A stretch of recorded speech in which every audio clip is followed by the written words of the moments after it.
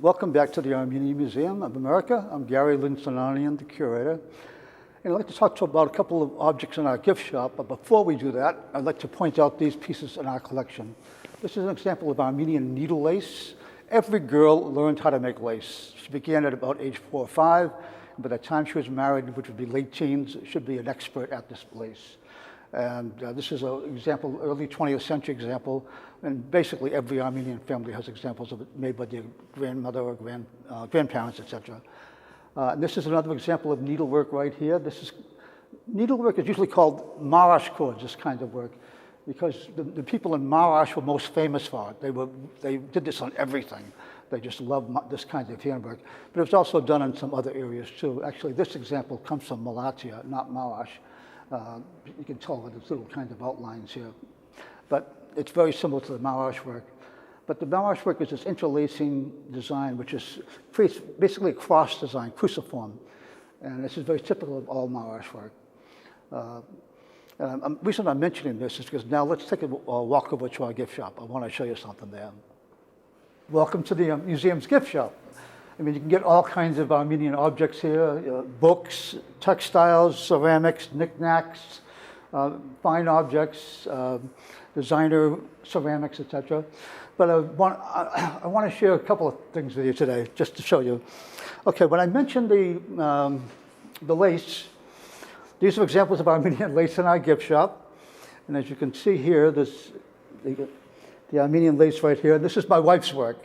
She's keeping her hands busy. So she's doing these various kinds of handkerchiefs, which are in the gift shop. And another thing she does is very topical today, of course, the masks.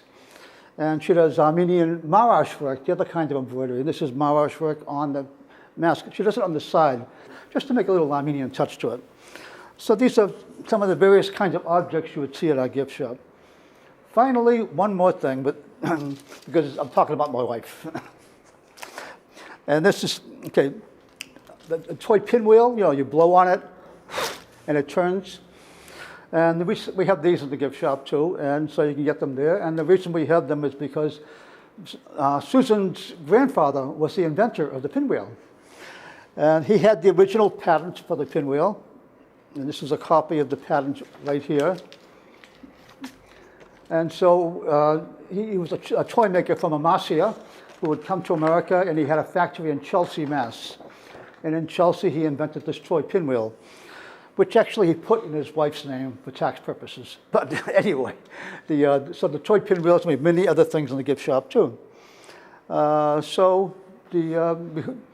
hope that you'll come here. The museum is here open every Friday, Saturday, Sunday from 12 to 6.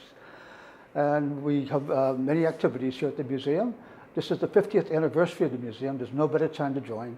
We hope that you will consider becoming an museum member. You go onto our website at armenianmuseum.org/membership to find the details about how to join the museum family.